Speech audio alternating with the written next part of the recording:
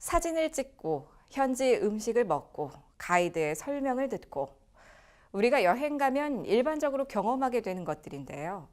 하나님과 예수님의 삶의 행적을 바라보는 이스라엘 성지순례엔 좀 다른 것이 필요합니다. 김현정 기자가 보도합니다. 예수님이 십자가를 지신 길 비아돌로로사의 실제 모습입니다. 거룩하고 성스러운 성지순례길을 기대했던 이들에게는 실망의 낯빛이 드러납니다. 성서학연구소 비블리아 이익상 대표는 실망하는 이들에게 시장통에서 물건 취급당하며 모욕당했을 예수님의 당시 마음을 떠올려보라고 권합니다.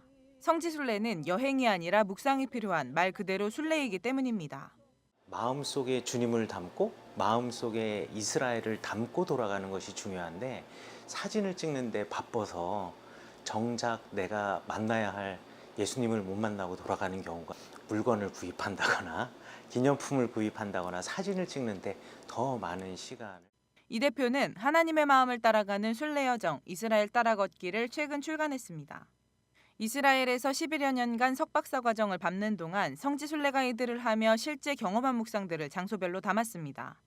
정보는 컴퓨터 인터넷이라든가 또 많은 성지순례 가이드북에서 많은 것을 얻을 수가 있지만 정작 우리가 성지에서 만나야 되고 읽어야 할 것은 정보가 아니라 성경 말씀이고 그래서 그러한 면에 있어서 부족함을 좀 채울 수 있는 순례지 코스별로 목차를 구성해 어느 곳에서 순례길을 시작하더라도 따라 걷기 쉽습니다.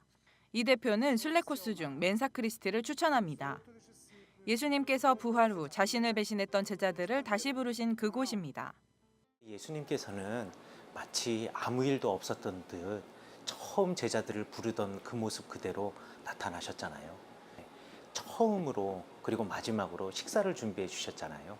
저는 그 모습이 바로 예수님께서 예수님을 따라가는 우리 기독교인들에게 너희들이 이렇게 살아야 한다라는. 이 대표는 묵상이 있는 성지순례를 위한 3가지 조언도 내놓습니다. 성경을 먼저 읽고 갔으면 좋겠습니다. 하나님께서 어떤 일을 행하셨고 또 예수님께서 그곳에서 어떤 일을 행하셨는가에 대한 기본적인 배경 지식 없이 그곳에 가서 막상 안내자의 설명을 들으려고 하면 오히려 헷갈려요. 2번째는 기록하는 것입니다. 각 장소에서 받은 묵상과 느낌들을 성경 한 켠에 적어 놓으면 돌아가서도 살아있는 묵상을 하는 데 도움이 됩니다. 3번째는 순례 일정을 9박 10일 정도로 잡는 것입니다.